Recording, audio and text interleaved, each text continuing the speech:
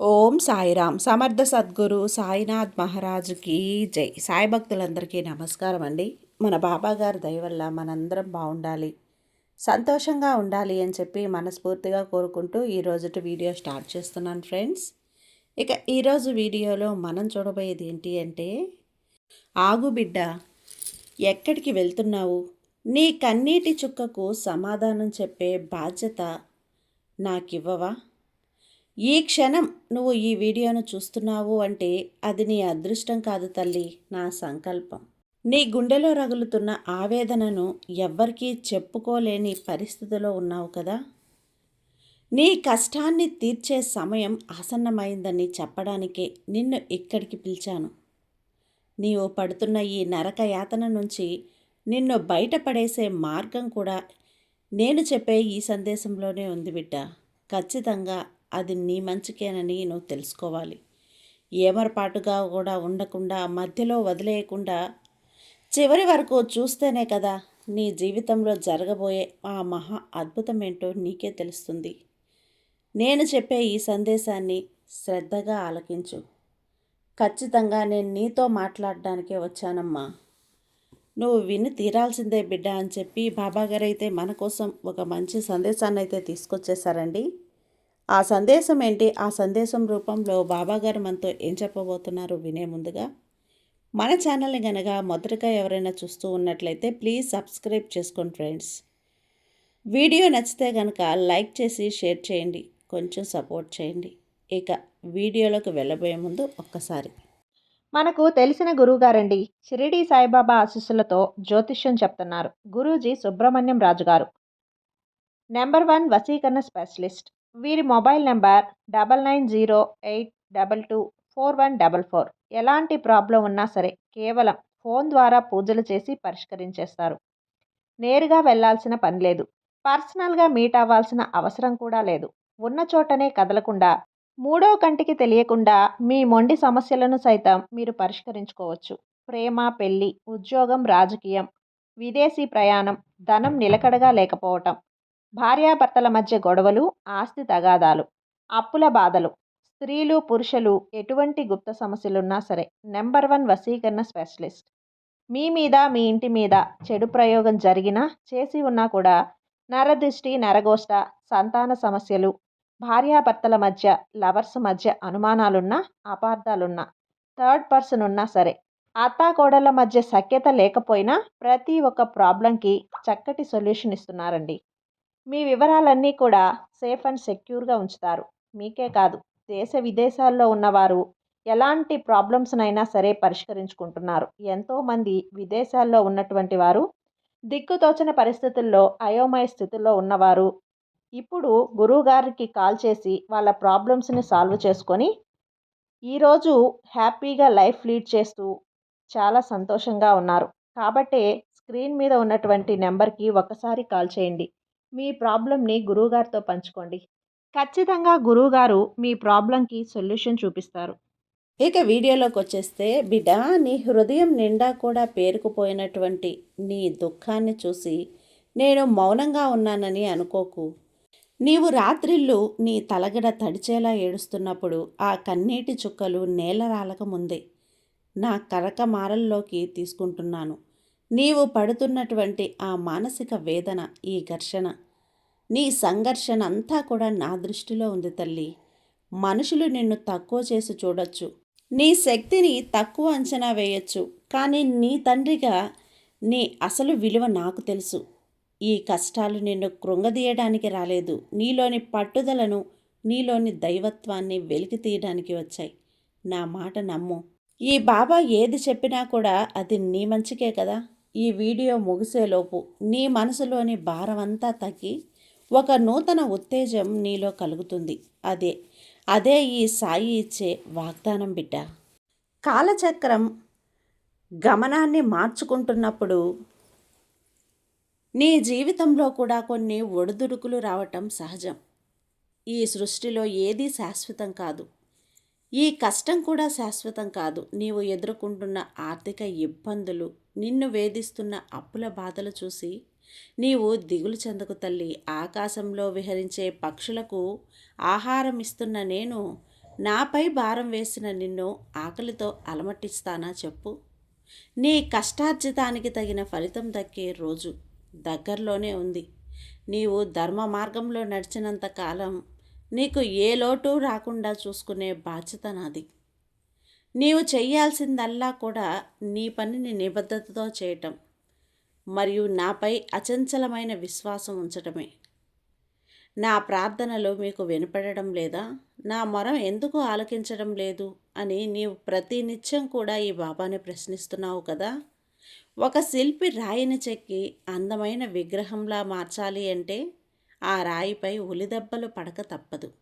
నీవు కూడా ఒక గొప్ప వ్యక్తిగా ఎదగాలి అంటే ఈ కష్టాలనే ఉలిదెబ్బలను ఓర్చుకోవాలి తల్లి. నేను నీకు ఏది ఎప్పుడు ఇవ్వాలో ఆ కాలం నాకు తెలుసు.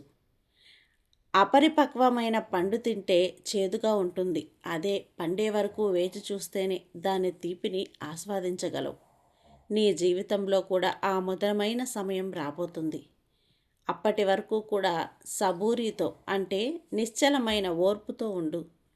ఈ లోకంలోని మనుషులు స్వార్థపరులు కావచ్చు, అవసరానికి వాడుకొని వదిలించుకోవచ్చు. కానీ నీ బాబా ఎప్పుడూ కూడా నిస్వార్థ ప్రేమ స్వరూపాలు.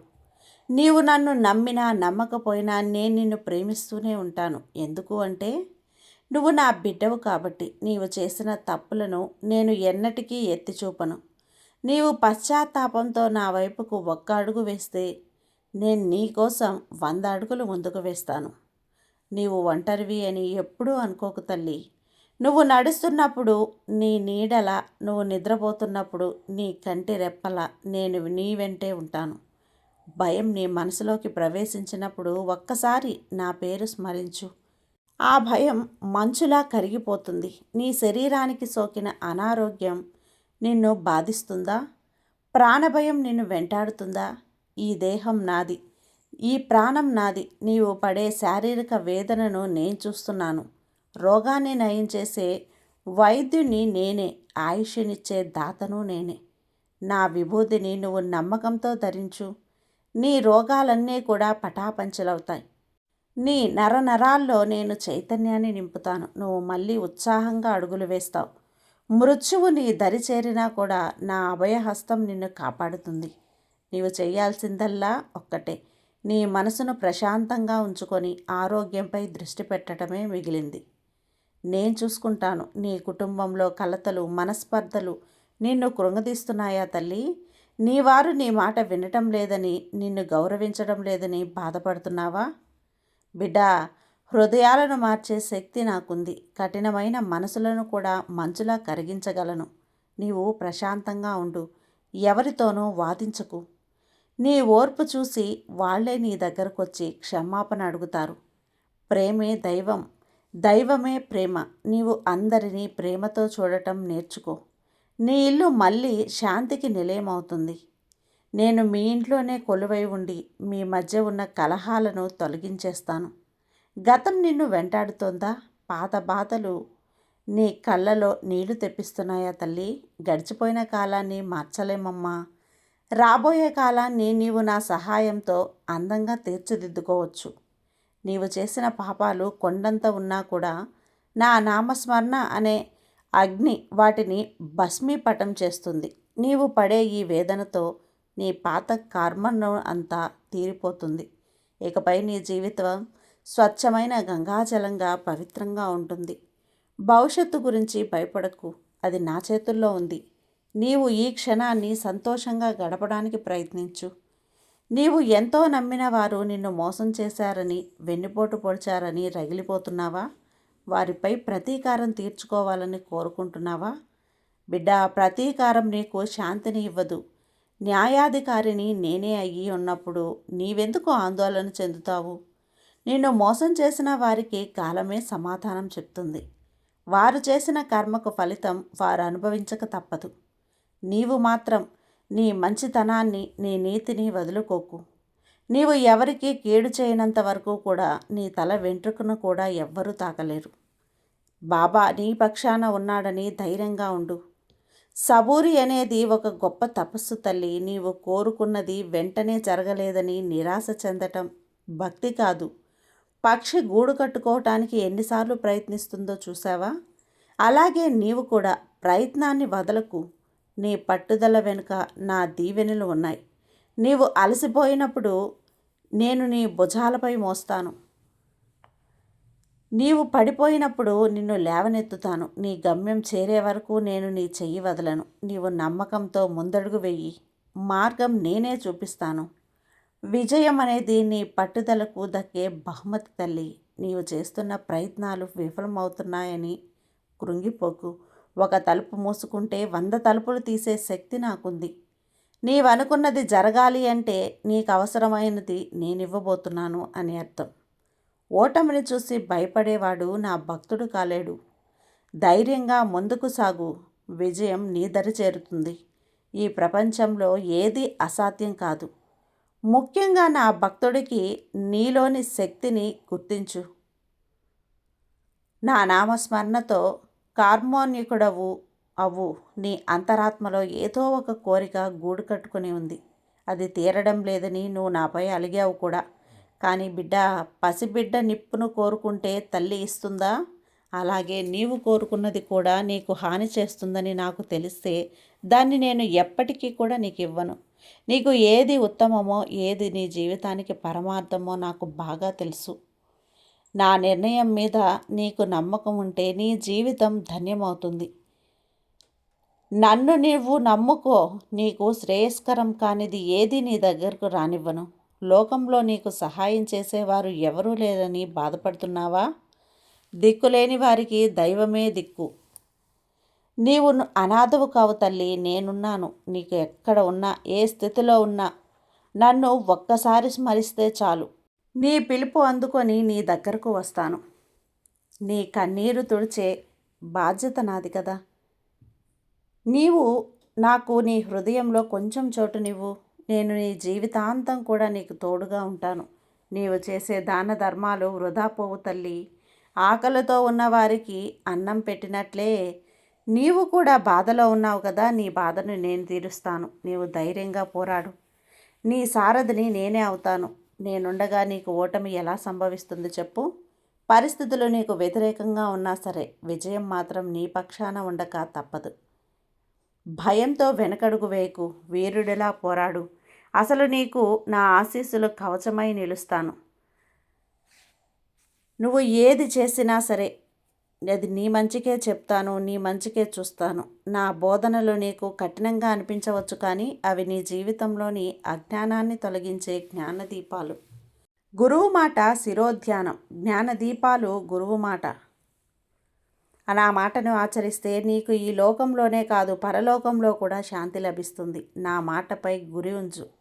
శ్రద్ధ మరియు సబూరిని, ఈ రెండిటిని 2 కళ్ళలా చూసుకో. ఖచ్చితంగా నువ్వు ఒక విషయం గుర్తుంచుకో బిడ్డ, నీ జీవితంలో ఒక పెద్ద మార్పు రాబోతుంది. నీ సమస్యలన్నీ మంచులా కరిగిపోయే సమయం మొదలైంది. ఇక నీవు ఏడవవద్దు తల్లి. నీ ముఖంలో చిరునవ్వు కనిపించాలి. నీ బాబా నీతోనే ఉన్నాను, నీలోనే ఉన్నాను. సదా నా నామస్మరణలో ఉండు. నువ్వు సుఖంగా ఉండు. వెళ్ళు, నీ కర్తవ్యాన్ని నిర్వహించు. నీ వెంటే నేనున్నాను కదా. చూసావు కదా, నేనున్నాను అని ధైర్యంగా నువ్వు నమ్ము. నీ బాబాని నమ్ముకున్న నువ్వు ఖచ్చితంగా నీకు ధైర్యాన్ని ఇచ్చే తీరుతాను తల్లి. నీ బాబా నీకు తోడుండగా నీకు భయం ఎందుకు చెప్పు? ధైర్యంగా ఉండు బిడ్డ. సర్వే జన సుఖినో భవంతు. జై సాయి.